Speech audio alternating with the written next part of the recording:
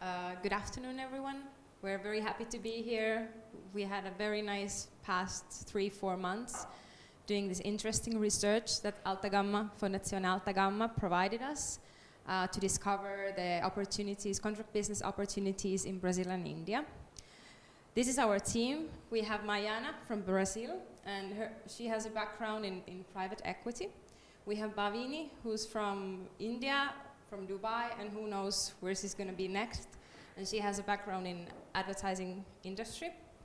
My name is Heini, and I'm from Finland, and my background is in marketing and contract sales.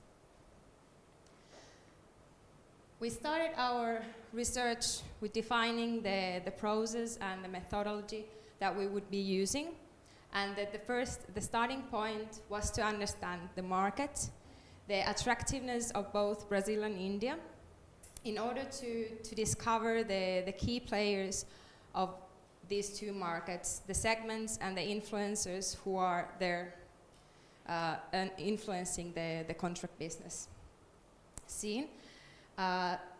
After discovering the key players, we defined and created a pipeline where we presented the role of actors and the phase where they step into the picture.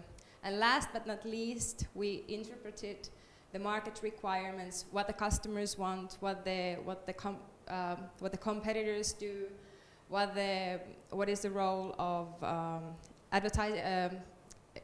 architect agencies and industrial designers, etc.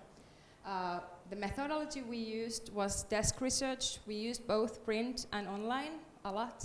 We did interviews. We interviewed the key players in the market, the competitors, the architects in the market, and we did different kinds of surveys, and I think that altogether we sent close to 200 emails to different associations and parties. Then. Brazil. Well, we did a slide just to have a big picture. Everybody knows Brazil. And we like to put two iconic products from Irmãos Fratelli Campana, Irmãos Campana, and Sergio Rodrigues. And then we start to analyze, we did the case for Brazil and India. So we start by this.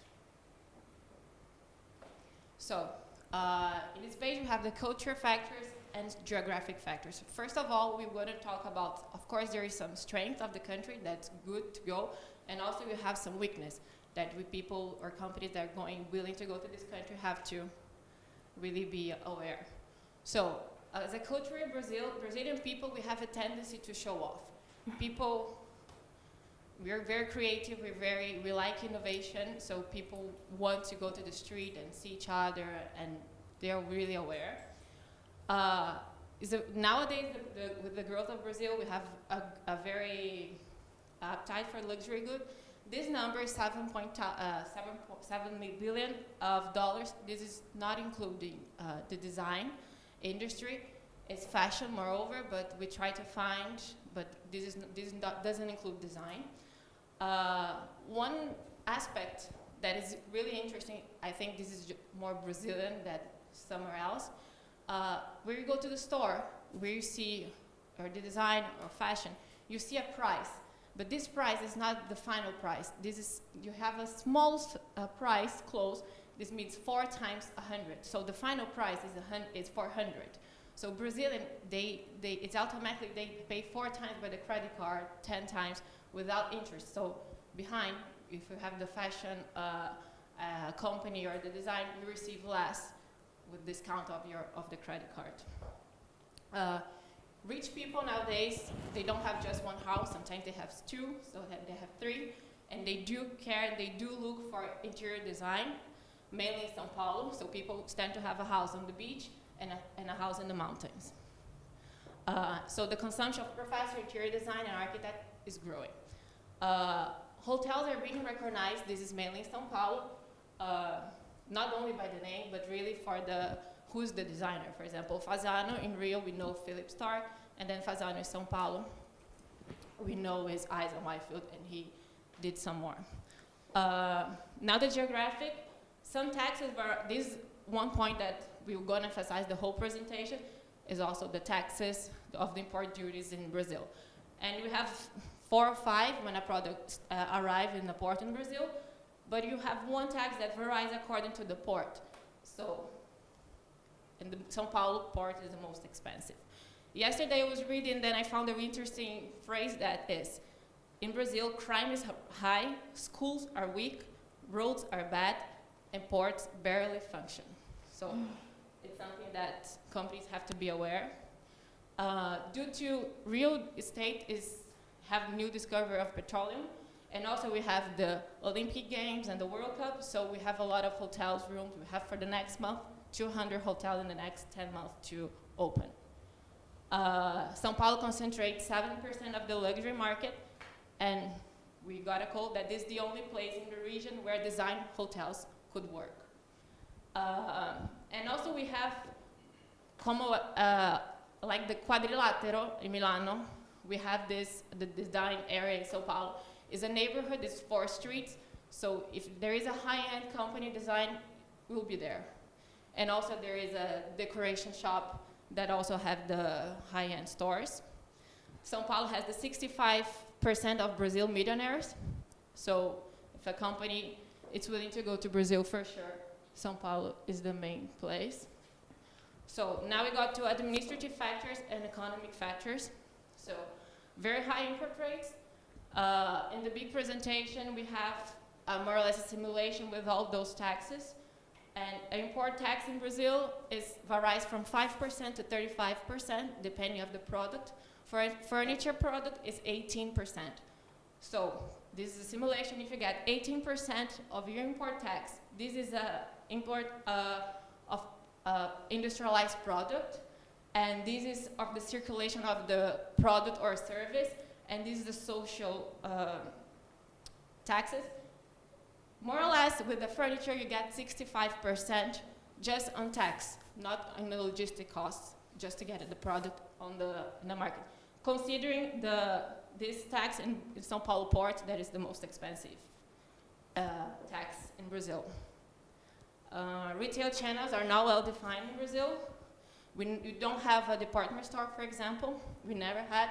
Sometimes you have one shop in São Paulo, Iguatemi, that you tend to have all kind of store, but you're not one store that concentrates everything. Southeast and Southeast zone are the zones with the highest GDP per capita. Also, we're going to mention that the South is where the furniture companies are based in Brazil. Rio, São Paulo, this is a fact that are the 2 cities in Brazil, the only 2 cities, that the same room, the same hotel room, are for leisure or customer and for business. There are very few high-end Brazilian furniture companies. Unlike fashion, we have some fashion companies in the stock, but not high-end, but not design. And it's a costly country to do business with.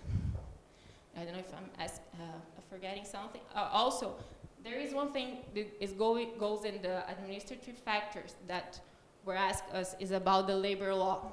If a company wants to hire an employee for assembling the kitchen or whatever it is, it's a very extensive labor law. So if the minimum hours that you're obliged to hire someone is when a person is working more than 30 hours per week. Economic factors, we have high interest rate and inflation rate. Our exchange rate is volatile. We have a strong real estate development in São Paulo and Rio. More or less in Rio, the last 12 months was 50%. And we have one thing, Mercosul is a trading agreement with some countries in the South America. So we have the same external tax, for example, Argentina and Brazil.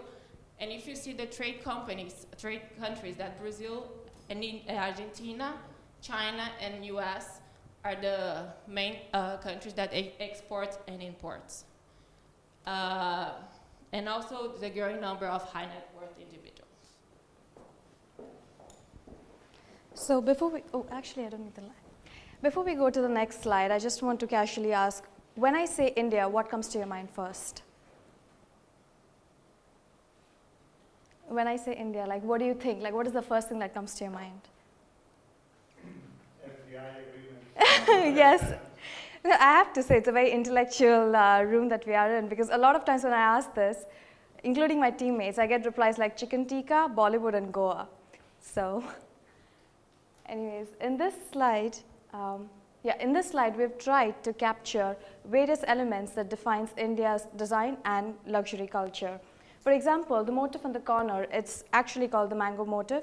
When you twist it vertically, it represents one of the forms of mango. Mango is a traditional fruit, it's the king of all the fruits, and this particular motif in various forms and variations is used in upholstery, design, garments, art, everywhere.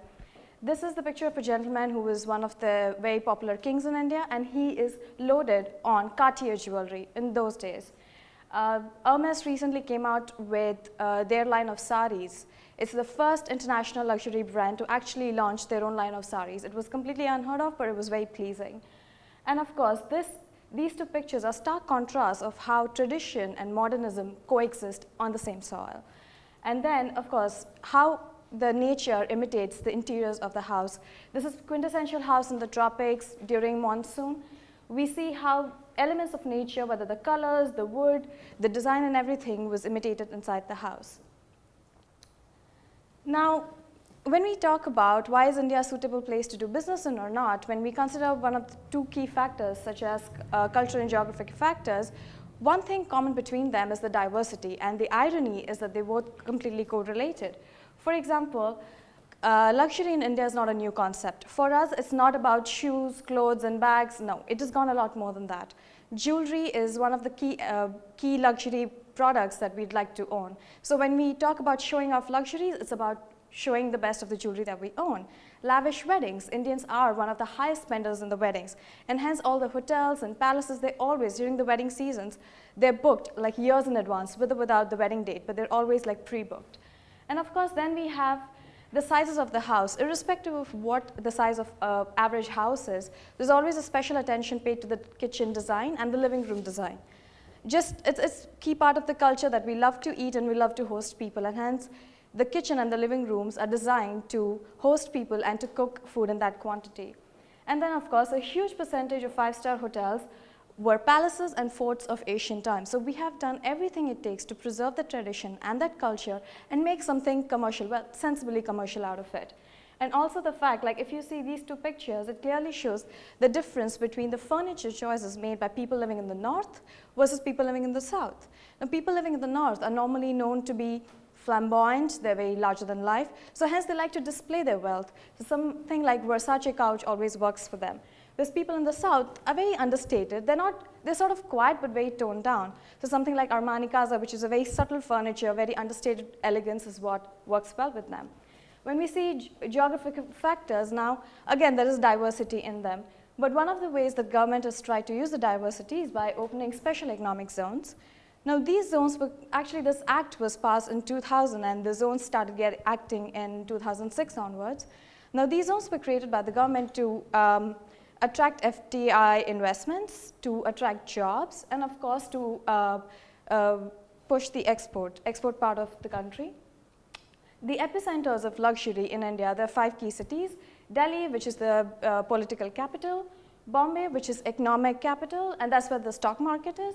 And then we have Bangalore, Hyderabad, and Chennai. Now, these are the service capitals or the service centers of the country. This is where the IT industries, IT-enabled services are, or the banking and financial government sectors are, banking and financial private sectors are.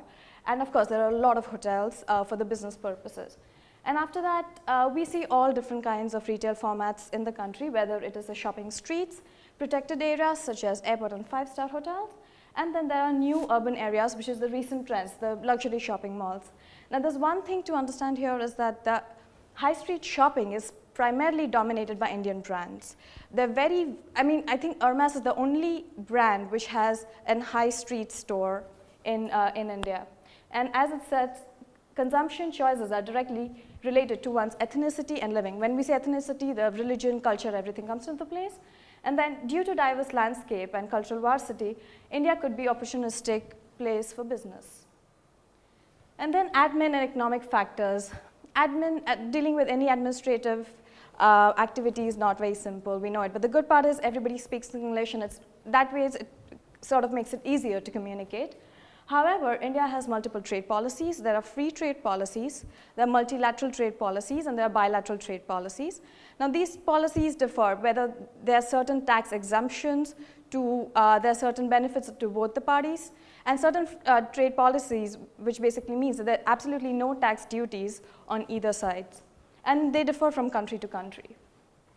And of course, in recent trends, there was a phenomenal reduction in import duties and multiple options of conducting business. It was as of Friday, which was November 25th, that the government of India released 100% FDI ownership for foreign investors. Now, this was unheard of. Between 1947 and 1990, we were under 300%, up to 300% of duty. 1990 to almost 2006, it was a lot lesser than that. And 2006 onwards, there was this constant debate in the parliament to allow 100% FDI approval, and now it was approved. So anybody who wants to have a single brand FDI ownership in India, he can have it for 100%. For multi-brand, it's 51%. However, there are certain clauses. Just to be very quick at it, the clause is that the foreign company has to invest minimum of $100 million. 50% of their back-end infrastructure should be based out of India, and 30% of the goods should be sourced from Indian small-scale industry. So I think it's sort of a win-win situation for both. And after that, of course, the basic custom duty, let's say on furniture alone, is 21%, and the state tax could be 2% to 5%, based on what the seaport is. Sorry? I'm sorry, I didn't get you. They differ actually from state to state. Like, for example, in Bombay, it's 5% onwards. Whereas I think in Visakhapatnam, which is in south, it's 2% to 5%. This is the state tax, but the countervailing duties, which are based on the maximum retail price, are added on top of this. Yeah, custom duty, yes. So the point is that in the case of furniture, we have 15% basic custom duties, but you have to consider probably 20 or something countervailing duty based on the maximum retail. Maximum retail, based on that. 42 plus 2.5. Oh, okay. I'll double check on that. It can be 43 or 47. Okay. In the case of shoes and clothing, it's officially basic custom duty 10%, but finally all tax altogether are 34%. Oh, okay. Two times True. in China. So it's as a matter of fact, I would ask you to correct a little bit this phenomenal reduction in import duties. Because as a matter of fact, from the year 2002 on, there was no reduction in custom duties, and we are still tackling the Indian government in the phase of the free trade agreement negotiation between India and the European Union that started December 1st last year, to reduce at least 50% basic custom duties of all Alta-Gamma companies. So far there was not a phenomenon. Well, we said phenomenal. No reduction at all. I mean, I understand what you're saying, but we said phenomenal starting from the beginning, which is 1947, when we had our independence, till now. I mean, from 300%, it has come down to, I'm not saying it's lesser relative, I mean, no, I think it's lesser relatively, but definitely in terms of the numbers, I'll double check and we'll correct that one. But the point is that India, unfortunately, is a founding member of the GATT agreement, now the World Trade Organization, and as a matter of fact, is still the only World Trade Organization member that didn't reduce anyway the custom duty, the tariff and non-tariff barrier. So it's frankly speaking, I would suggest Mr. Pascal Lamy at the mid next year to decide if keeping India within WTO or not, because as a matter of fact, when China entered in the winter between 2002 and 2003, they had 9 years span of time to reduce the custom duty. They did it in 3 weeks. True. So from 90% to 17% in our case. In the case of India, they have still 34% for fashion and fashion accessories. They have 45 for furniture and furnishing. But they have still 150 for wines and spirits, for example. So it's absolutely crazy that a country like India can still be a member of World Trade Organization. I mean, at least anyway, I am in very good touch with the Honorable Mr. Anand Sharma. And I am going to meet in 2 weeks' time Mr. Mukherjee, the finance minister, because of that. But as a matter of fact, it's so. But anyway, phenomenal reduction are two words that I ask you to correct a little bit. Absolutely. But I would just like to bring two perspectives also here. I mean, one of the reasons that they were hesitant to reduce the duty was because India strives on small business owners. It strives on private entrepreneurs than the public sector. And more than anything, comparing China, it's a democracy. China is a communist party, so one man says everybody has to do it. Whereas in India, there are layers and layers and layers. It cannot always be the best thing, but there are layers of people that the decision has to go through to get into the final statement. So I think one of the reasons why they had the duty in first place was to protect the local industries and to make sure that the small business owners are well covered. So moving on, in terms of economic factors, a lot of rich people. It is said that India has about 62,000 super rich households with total wealth of around $1 trillion. It's a lot of money and is expected to go to 5.3 trillion in 5 years. One of the biggest things is that the private sector, which basically is a service, real estate and all of that, is growing. The office space is expected to grow to 55 million square feet from 2010 to 250 million square feet in 2014. Now that's a huge opportunity for contract business people, and these offices are everything, all the IT, banking, institution, you name it, and they're all there.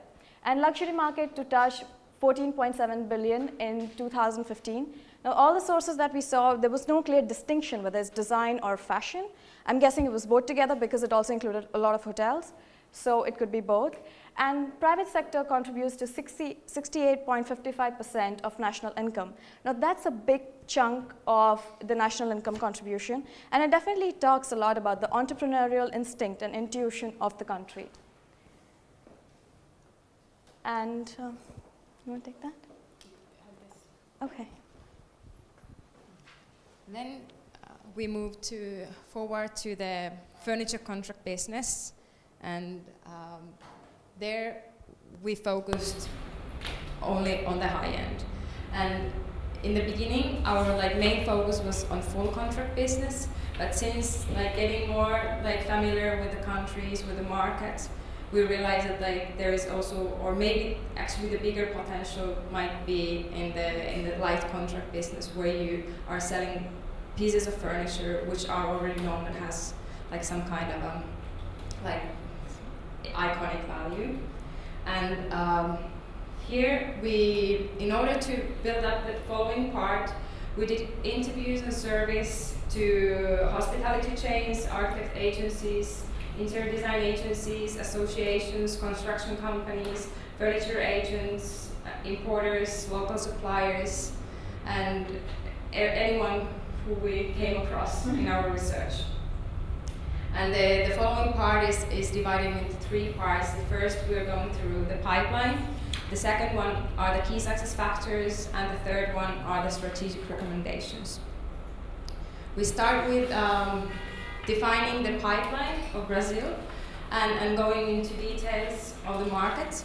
First of all, how we build up the pipeline of the market. We had the customer, which is basically divided into 3 subgroups.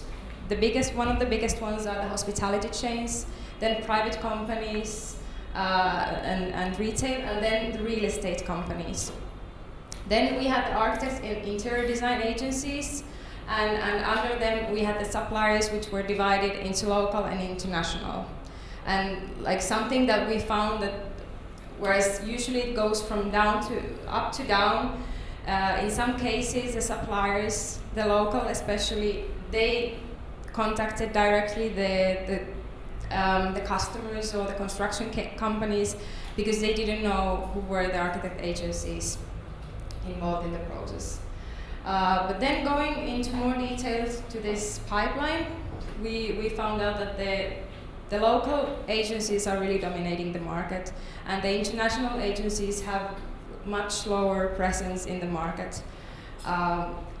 With some exceptions, for example, like Brazil is very familiar with brands and designers. And for example, from Rio, you find a hotel which is designed by Philippe Stark. So it's a country where you, like, having a designer's name brings some additional value to the hotel. Then regarding how the contracts, the suppliers are divided, there are local and international players. The local players are not so well defined. They don't necessarily have the contract division and the retail division very strictly divided, but they are more or less working everyone together.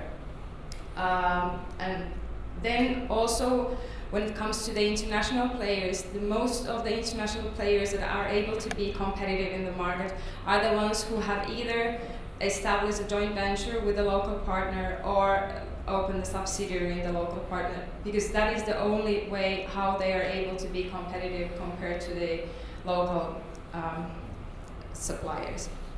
Another interesting aspect that we came across was that if a customer buys services outside Brazil, outside Mercosur, they need to pay 25% additional tax on all the services when the payment goes away from the country. So this means that the customer really needs to know that they are getting something more, something additional, something that they benefit out of. And one important thing that should also take into consideration when discussing about this factor is that the salaries in Brazil are not so high. And for example, if there are architect agencies in the US where the salaries are higher, so already the starting point for all the payments is higher than it would be when operating with local agencies. Then, yeah, maybe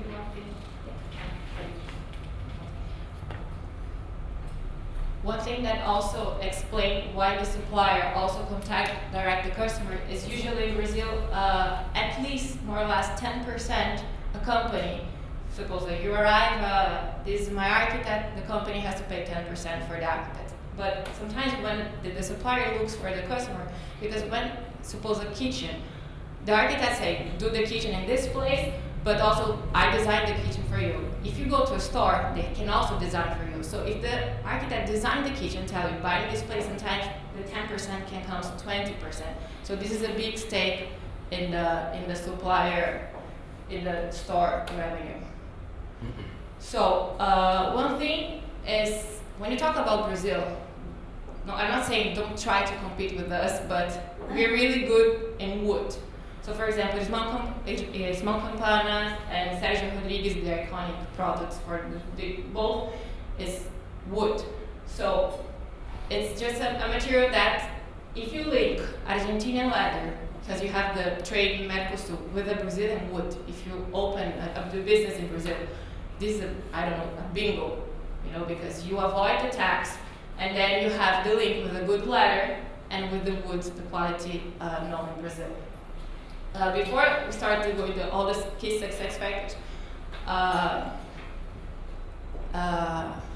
okay, let's go, sorry. So the demand analysis, the customer is defined as the HSAT, the interior design companies, hospitality, and real estate.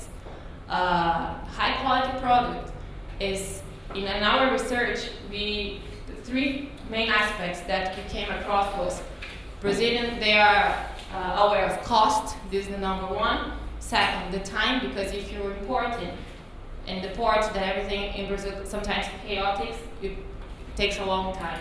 And the third is the quality, so it's the three main aspects. And when you're talking about contract, your final customer is a company. So they're going to push the price as much as they can. It's not when you talk about a millionaire person really rich that wants an Italian product. You're buying, it's a company buying. So another thing that we mentioned, this is a fact, that the import duties come from 60 to 70%, and the logistic cost is really high. And the interior design market has a huge market. We admire iconic products because we don't have this innovation. We cannot do many products that here are done in Italy. We don't have it, so we admire people buy. Competition analysis. We don't have that much high-end players. We have some really good, but they're not much. And they make point that they produce in Brazil is south of Brazil, and some of them in the north of Brazil. We came across in the research, we talk about with some Italian companies, not high-end, but they operate in Brazil, and they are based in the north, and all the management, the northeast, and all the management are based in São Paulo. Importing products increase the lead time compared to production in Brazil, so this is the main point when you're talking also, when you're doing a contract in a high number of quantities, and the wood is the material, local produce can benefit from Mercosul. Another thing that I read this past month, maybe I think I can talk, we're being recorded, is the Ferretti Group. They have the factory here in Italy, and have the only thing that they have outside Italy, they have a factory in Brazil. So not they just assemble in Brazil, they produce locally. They invest 50 million in the factory, and they're expecting that 30%, because nowadays it's more or less 30% of the revenue of this coming year is coming from Brazil. May I put you a question?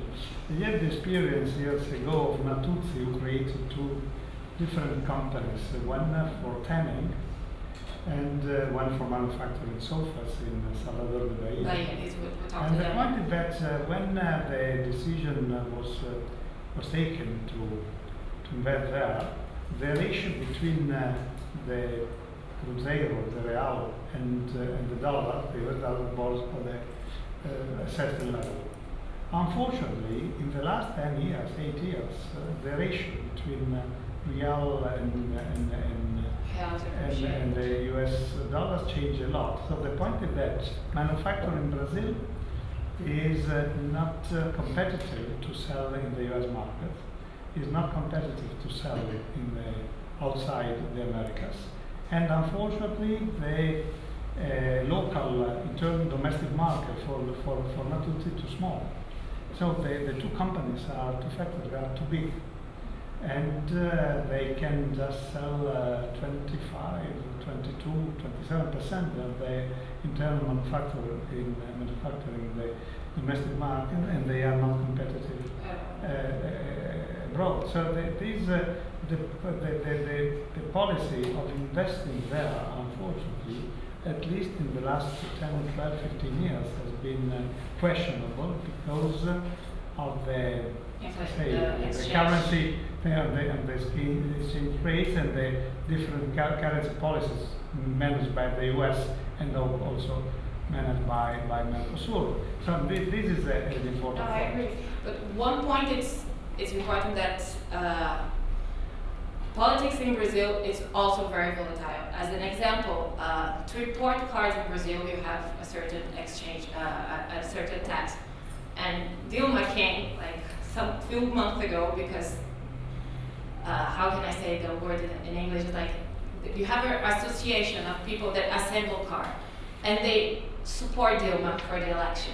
And Dilma came, and they came to Dilma and said, hey, we support you, we give you money, so what are you doing for us now? So Dilma came and she increased 30% of the import tax of cars. So if you're a company that you produce cars and you import into Brazil, suddenly your tax became 30% more. So it's a country that you cannot expect. You don't have the end of the light, the end of the tunnel very, very clear, because sometimes things can change. I agree with you. And also, when Lula was elected in 2002, our exchange rates went to 3 point something, like real to dollar. So it's also, Brazil is really, the politics have a very high impact in the taxes and in everything. So. No, but the point is that the Mercosur market is in a way quite important in terms of automotive consumption. what is not the case of Design, furniture. yeah. Because in the Mercosur, they change every 6-7 years, they change a car. Whereas in the case of sofa or furniture, they change it every 25, 27 years.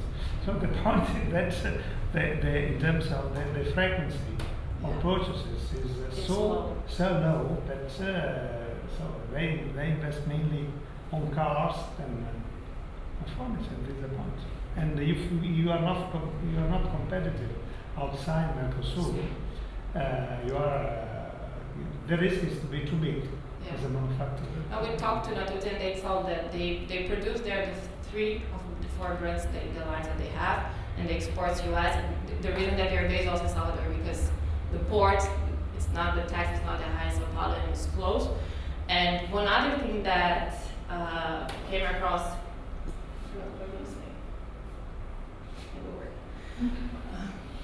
Now I remember. There is a I talked with a high-end furniture kitchen company, and this is an example. For example, in a Brazilian high-end kitchen company, you pay 50,000 reais. That's 25,000 euros, and they sell for the millionaires in Sao Paulo. Okay, in 20 years they're gonna buy the second kitchen, maybe, but a high-end kitchen in Brazil, it comes at least 70,000 reais, like 35,000 euros, more expensive than the local high-end.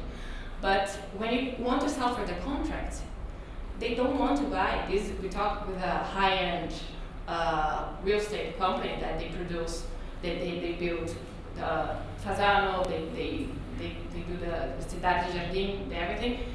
They said 35, I don't buy it for more than this.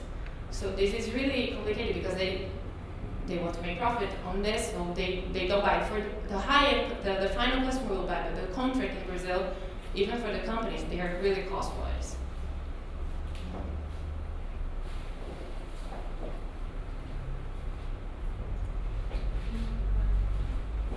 Then we move into the pipeline of India. And the structure of the general pipeline is more or less the same.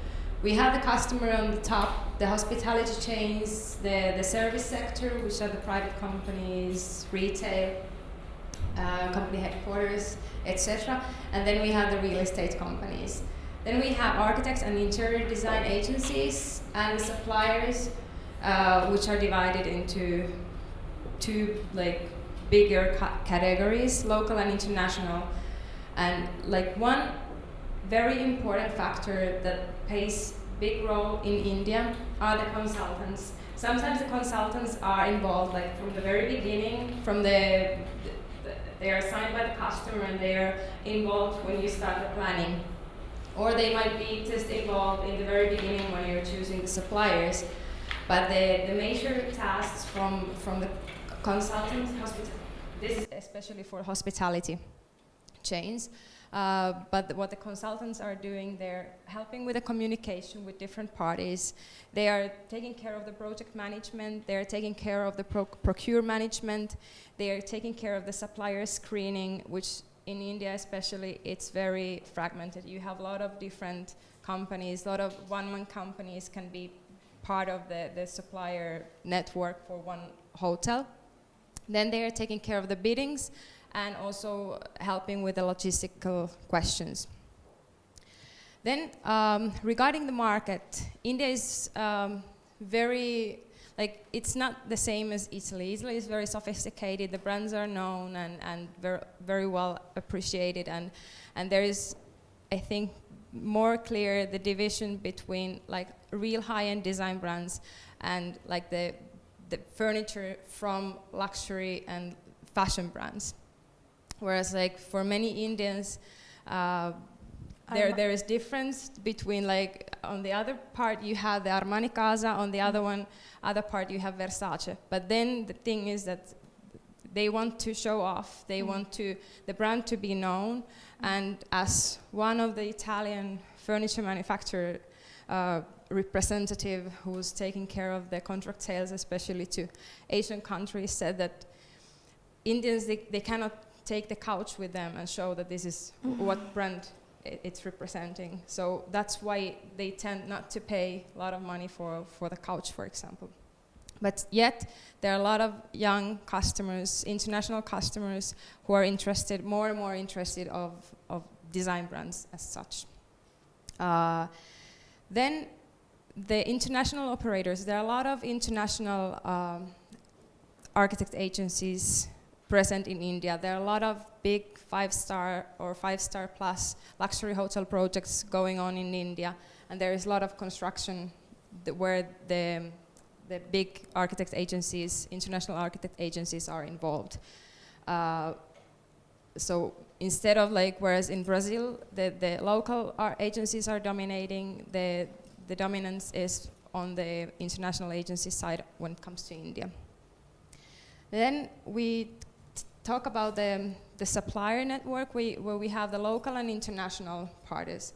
We have a lot of, as I mentioned before, we have a lot of, there are a lot of small companies, very skilled labor force, carpenters, then furniture providers who might be representing other Asian furniture brands or then international brands. There are import agents and companies who have origin outside India but have their local office. There are some directly operated stores, some joint ventures, and some international furniture contractors such as Conran from the UK and Depa from Dubai. And then Bhavini will talk more about the unorganized and organized market. I don't need it.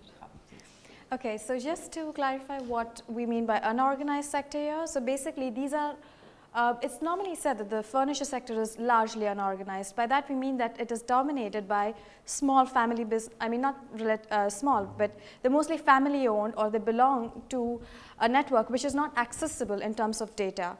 They're usually the mom and pop stores that we have around the corner. There are many numbers, but it's very difficult to get an understanding of the volume, the variety, and the value of goods that they carry, and where they get the information from too. So they estimated we only know about 15% of the organized market, and the way we get information about those that particular organized sector is because they're either part of an association or a forum, or they partnered with a publicly listed company. And in terms of key success factors, based on our understanding, a few important things: good design and aesthetics, shorter lead time and flexibility, quality, and best possible least price. Now, how do we come to that? We try to understand the whole demand versus competition equation. In terms of demand, we have customers can be broadly, as Henry mentioned before, are basically architects, interior design companies, hoteliers, real estate companies, brokers, and consultants. Some of the real estate companies such as DLF, they build offices, they build shopping malls, they build hotels, apartments, everything. So they can be a huge customer. And after that, there are the design needs. Now when we say the design has to have Indian element to it, which basically is that their Indian aesthetics, their Indian tradition, they have their own style of design. So there has to be something, even in that small table in the corner of the room, that sort of has a connection with people living there, or with the overall aesthetic as such. And then of course, good quality is synonymous with long lasting. It has to be. When I'm spending so much money, I want it to last that long. And easy maintenance, not very delicate stuff. And good looking products, like again, aestheticity, and it has to be visually appealing. And after that, interior design companies and architect agencies charge markup based on their influence on decision making. When we spoke, certain interior design companies said, oh, we just charge about 10 to 15%. And some companies said we charge up to 30%. And those companies actually have say on everything that goes in the contract business or in the contract itself. In terms of communication, few players drive the niche market, and it makes it a lot more competitive. So the players who are there, whether it's local, international, anyone, they have been there for a while, they're very well networked, and that makes competition a lot more stronger or harder. And then this competition thrives on timing and cost. Now this is a very tricky thing. When we say timing and time frame, it could be as early as yesterday, or it could be tomorrow, day after 2 years, we don't know. So there's something that I think even when we were taking surveys, we had very interesting replies. They would say, okay, I'm going to reply to your survey this evening. And that this evening came after 2 months. We waited, but one thing that made them reply to our surveys was basically that we were constantly persevering them, we were connecting with them, and we kept telling them, putting those gentle reminders. And these are certain soft skills which are very important in India. And after that, we have successful players are flexible and well networked. Again, networking, and it's even as a small family business owner, I can tell you that the way a lot of times that we got business was he did his work and he did his work. So this word of mouth, oh, I know this guy who can do this contract for you, that kind of a relationship is very important. And that's how you can sort of break into the competition. And then heavy discounts are required on catalog products. And there's a huge market for catalog products. There's a huge market for loose furniture. And of course, that does demand a lot of discount prices. And least price breaks a deal. Now, this was the most interesting thing that we came across. Now, we all spoke about discounts and everything.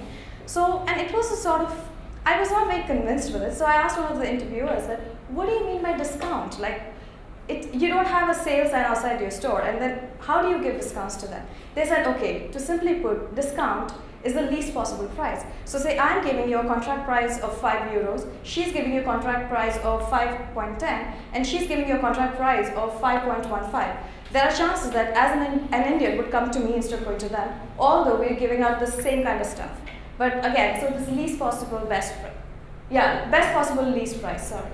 And then besides that competing prices, minor value-added services, a portfolio of your work. So if you always have a good portfolio of work to show them, it does make an impression. It does drive the bidding forward. And besides that, the senior-most people have very influential role in making decisions. How to go?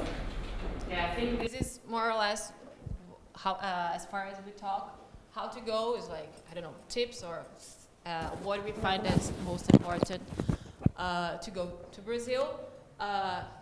As again, depending the size of the factory or what you're gonna, the stake that you want in Brazil, or if you see that you have market there, we will say to open a subsidiary or create a GV.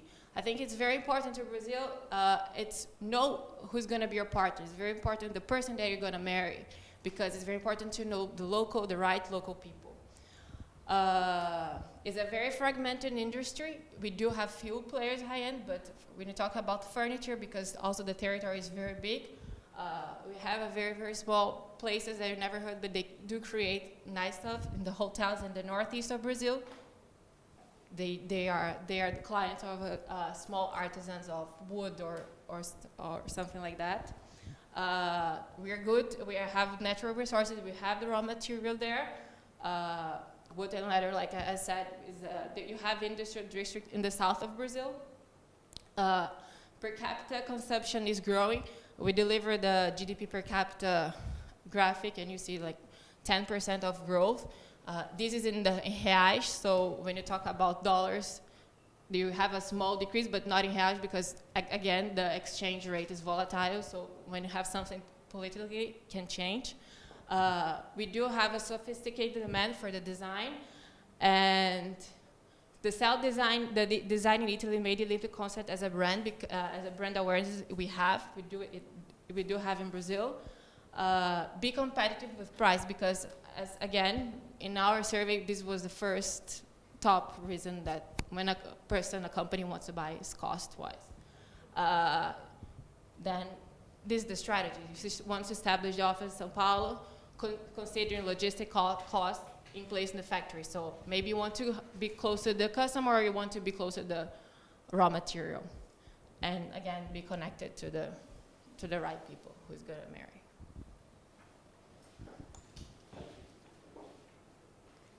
I actually don't need it. Anyway, some strategic recommendations in India. We can see the product factors. Aesthetics and Indian designs are very important. A lot of times, whether it's in terms of garments or shoes or whatever, it's unless and until it does not have that kind of a connect with Indian mentality and Indian ethnicity, it doesn't really sell that much. And that's one of the reasons why something like a Versace or Fendi has sold a lot, because somewhere their design sort of rings a bell with their sort of lifestyle and their cultural aspect. After that, growing demand for fashion designer furniture. Again, there's this trend of having a Fendi casa or a Versace done home, because people just love being associated with those huge brands. Low brand awareness of furniture brands, brand building through advertising is extremely important. A lot of big furniture brands, people don't really know them. I mean, if you speak to the general public, general crowd, they know the designer brands, but they don't know the big furniture brands, whether it's design brands as such. So hence it's very important to build that kind of a relationship with them through communication. And most of the architects also that we try to speak to, when they talk to their customers tend to pick or recommend a brand which is heavily advertised, which they know of maybe through billboard, through TV, through Google, through something. Then production factors, countrywide availability of skilled and cost-effective labor and raw materials. Wood is a traditional material, and we also have a huge textile industry for upholstery. And then reduced import duties on finished and unfinished goods. Now this is very different, like at times, unfinished goods are important and they do have lesser or higher duty than that of finished good. It completely depends on what is being imported. Increase expenditure on infrastructure that makes business more efficient. Now infrastructure is something that not many investors are too happy about. They're not very convinced that India is a place to invest, and one of the top reasons on their list is infrastructure. But again, coming from there, and I've lived there for more than 2 decades, and I can tell you that it's a lot better than what it used to be before. And with the amount of government expenditure that we've seen recently, like the current 5-year plan, they're spending $492 billion on urban and physical infrastructure, which includes airports, seaports, roads, public transport, and all of that. So there is an improvement. And I mean, of course, recently, if you see in Bombay, there was a huge sea link built, which made commuting and transporting so much more simpler. And after that is the demand side. Like I mentioned before, there's a huge demand from the homeowners of the high net worth individuals. There is a demand for loose furniture. Country is at a very new stage of luxury. Luxury in terms of international standards, in the sense that we have a culture of traditional luxury. Jewelry, lavish weddings, hotels, big houses, it is luxury to us. But the whole fancy idea of having Louis Vuitton bags or anything like in terms of bags, clothes and shoes, that is a new thing. And as the customers are, it has one of the youngest population in the world. And so now they're sort of aping to those fancy designer brands. And it's slowly showing that maturity or awareness in the beginning for luxury. And then there's a growing appreciation towards design and luxury. I mean, the way people used to see design before versus how they see now, there's a small thinness to it. And then, of course, young population with disposable incomes and power to spend. Like Japan, a lot of young Indians, irrespective of how much they earn, they live with their family. And hence, that gives them a lot more disposable income. Finally, in terms of firms and infrastructure, evaluate business opportunity and trade options. Like I mentioned before, India has a lot of different trade policies. It's multilateral, freelateral, and bilateral that could be evaluated. Like I remember long back, there was this Vodafone company, which is like biggest telephone operator in the country. They operated through their company in Mauritius. And Mauritius and India have free trade policy. Now Vodafone is actually a British company. So this is one of the things that could be evaluated. After that, we have local partners can provide valuable information, network of contractors. Like I said, a lot of business comes in and goes out through networks. And I recommended JV strongly was because there's local nuances to deal with, which makes it a lot more easier, not in terms of language, but surely in terms of culture, in terms of people. It makes it easier if you have a local partner. And then patience and perseverance, networking, lobbying, and reactiveness. These are the soft skills that I strongly recommend, not proactiveness. I mean, in general, they do not like somebody trying to remind them even before they're trying to make a decision. It might completely kill it. But reactiveness, okay, so you want it, let me work on it. So they like to have that constant interaction with the brand or with the customer. They want to feel that, okay, they are important and they're not cornered in the side. And I mean, the downside of the whole thing that it's heavily bureaucratic, it's an outright democracy. A lot of red tapes, there's a bankable size of immature market. Now, out of 1 billion people, there are a lot of, like hundreds and millions of people who are not very design prone. For them, a table or a chair, I mean, in general, anything you do with contract is just purely out of necessity. They do not really invest their time and money on it that much. And infrastructure, I would say it's still improving. So, and just to finish up with this slide, I came across a very beautiful quote in one of my favorite books. And it said that sometimes in India, to win, you first have to surrender yourself. So it's not a return on investment that we're looking for 5 years. It's a lot more than that.